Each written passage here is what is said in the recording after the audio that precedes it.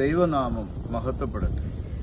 യേശുതമ്പുരാന്റെ ശിഷ്യന്മാരിൽ പേരുകൊണ്ട് മാത്രം വിശുദ്ധ വേദപുസ്തകം വെളിപ്പെടുത്തുന്ന ശിഷ്യന്മാരിൽ ഒരാളാണ് എരിവുകാരനായ ശിമോൻ അഥവാ ചെറിയ ശിമോൻ അഥവാ കനാന്യനായ ശിമോൻ എന്ന പേരിൽ അറിയപ്പെടുന്നത്.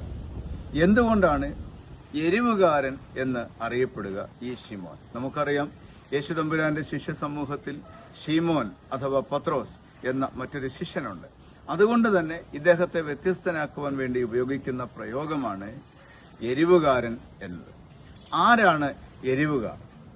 ഒരുപക്ഷെ രാജ്യസ്നേഹികൾ എന്നോ തീഷ്ണഭാവമുള്ളവർ എന്നോ റോമൻ സാമ്രാജ്യത്തിന് എതിരായി ശബ്ദമുയർത്തുന്നവർ എന്നോ ഭൗമിക ലോകത്തിന്റെ നിലനിൽപ്പിനു വേണ്ടി തീവ്രമായി പരിശ്രമിക്കുന്നവർ എന്നോ അല്ലെങ്കിൽ എല്ലാത്തിലും ഉപരിയായി നിലവിലുള്ള വ്യവസ്ഥിതികളോട് എതിർത്തു നിൽക്കുന്നവർ എന്നോ ഒക്കെ എരിവുകാര് നമുക്ക് വിശേഷിപ്പിക്കാം.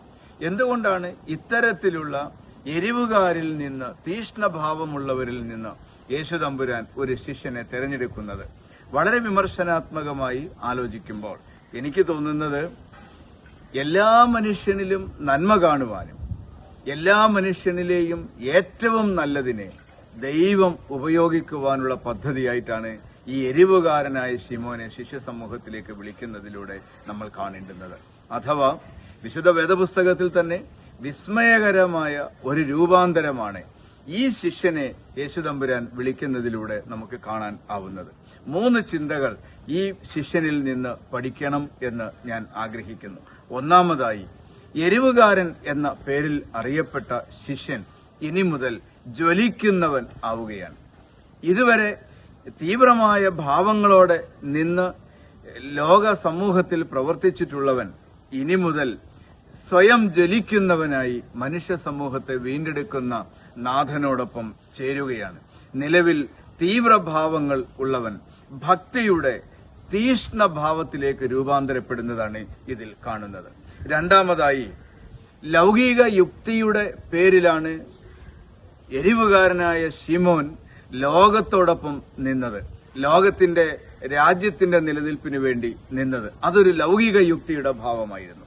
എന്നാൽ യേശുതമ്പുരാൻ അവനെ തെരഞ്ഞെടുത്തതിലൂടെ അവൻ ദൈവീക ശക്തിയുടെ കാവൽക്കാരനും പ്രയോക്താവുമായി രൂപാന്തരപ്പെടുകയാണ്. നമ്മളെല്ലാവരും ലോകത്തിന്റെ ഭാവത്തിൽ ബുദ്ധിയും ശക്തിയും ഉള്ളവരാണ്. എന്നാൽ അതിനോട് ചേർന്ന് ദൈവഭക്തി കൂടിച്ചേർന്ന് കഴിയുമ്പോഴാണ് നമ്മൾ യഥാർത്ഥ മനുഷ്യരായി രൂപപ്പെടുന്നത്.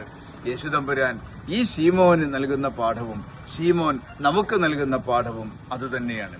മൂന്നാമതായി, ഈ മനുഷ്യൻ വൈകാരിക ഭാവത്തിലാണ് എരിവുകാരനായി പ്രവർത്തിച്ചിരുന്നത്. എന്നാൽ യേശുതമ്പുരാൻ അവനെ വികാരത്തിൽ നിന്ന് മാറി വിവേകം അവനിൽ നൽകിക്കൊണ്ട് യേശുതമ്പുരാൻ അവനെ വിളിച്ച് വേർതിരിക്കുകയാണ്. വിവേകം എന്ന വാക്കിന് ഒറ്റ വാക്കിൽ നമുക്ക് ഉത്തരം നൽകാനാകുന്നത്, ദൈവത്തിന്റെ പദ്ധതികളെ സ്വന്തം ജീവിതത്തിൽ തിരിച്ചറിയുവാൻ കഴിയുന്നവനാണ് വിവേകി എന്ന് പറയുന്നത്. ദൈവത്തിന്റെ അർത്ഥങ്ങളെ, ദൈവം ഉദ്ദേശിക്കുന്ന ലക്ഷ്യങ്ങളെ ജീവിതത്തിൽ പ്രയോജനപ്പെടുത്തുവാൻ കഴിയുന്നവനാണ് വിവേകി. ആ അർത്ഥത്തിൽ ശീമോൻ ഒരു വിവേകിയായ മനുഷ്യനായതുകൊണ്ട് അവൻ എരിവുകാരനിൽ നിന്ന് ജ്വലിക്കുന്നവനിലേക്ക് രൂപാന്തരപ്പെട്ടു. അതുകൊണ്ട് തന്നെ ഈ എരിവുകാരനായ ശിമോൻ നമ്മുടെ എല്ലാം ജീവിതത്തെ എല്ലാ കാലത്തും ജ്വലിപ്പിക്കുന്നവനായി നിലകൊള്ളട്ടെ. ദൈവം അനുഗ്രഹിക്കട്ടെ.